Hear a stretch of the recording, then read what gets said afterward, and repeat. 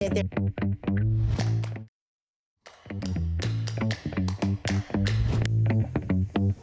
Victor. Salut Sabrina. Parlons politique provinciale parce que on vient de voir que l'effet, Fréchette semble s'essouffler. C'est ce qu'on voit dans un nouveau sondage Palace Data. Alors, un premier sondage préélectoral, Sabrina, qui sera un peu la base de toute la discussion politique qu'on va avoir durant les 2 prochains mois. Oui, sondage où on voit que l'effet Fréchette semble s'estomper. La CAQ qui perd 1 point de façon globale et qui arrive à une espèce de plafond, on dirait. Mme Fréchette, malgré sa présence hyperactive du mois de juillet, une bonne performance globale. Il y a ça, puis il y a le taux de satisfaction qui est encore très bas, le taux d'insatisfaction vers le gouvernement qui est plus de 50 %. Donc, on semble avoir de la misère à dépasser le 19 % pour Mme Fréchette. C'est une mauvaise nouvelle. Vraiment. Et ce qui est intéressant quand même, c'est de voir le mouvement chez les francophones. Là.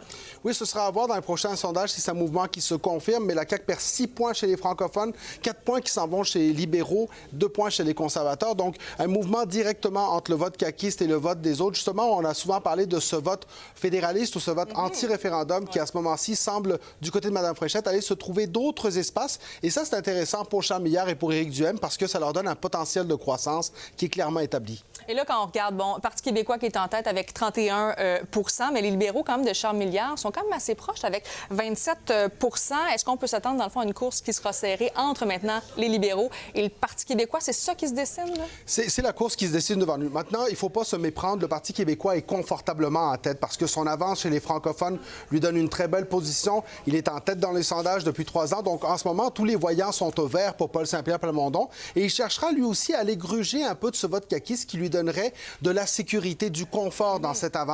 Du côté maintenant des libéraux de Charles Milliard, l'intérêt de ce sondage-là, c'est qu'il y a un potentiel de croissance chez les francophones notamment. Et rappelons qu'en 2003 et 2014, les libéraux ont gagné des élections avec un 20 à 25 % chez les francophones. Donc, on n'est pas très loin d'une zone de victoire potentielle, mais Paul Saint-Pierre Plamondon est quand même bien assis sur l'avantage. Et parlant du Parti libéral du Québec, on en parlait hier, finalement, de l'ancien président de la Chambre de commerce du Montréal métropolitain, qui, là, il est officiellement le candidat pour le Parti libéral du Québec. Donc là, on sent, là, on se place vraiment, on se positionne en matière d'économie. Là. On se positionne en matière d'économie. On est capable d'attirer quelqu'un qui était justement désiré par le monde politique. Et ça, Sabrina, ce que ça montre, c'est en quoi ces sondages-là peuvent être positifs pour le Parti libéral et pour le Parti québécois. Parce que ça permet d'attirer des candidatures de gens qui recherchent, bien entendu, une victoire potentielle. Ça les met dans une position intéressante.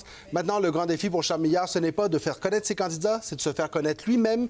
Il est en retard sur les chiffres de son parti. Et ça, ce que ça veut dire, c'est que les Québécois ne le connaissent pas assez. On verra comment il réagit dans les prochains jours.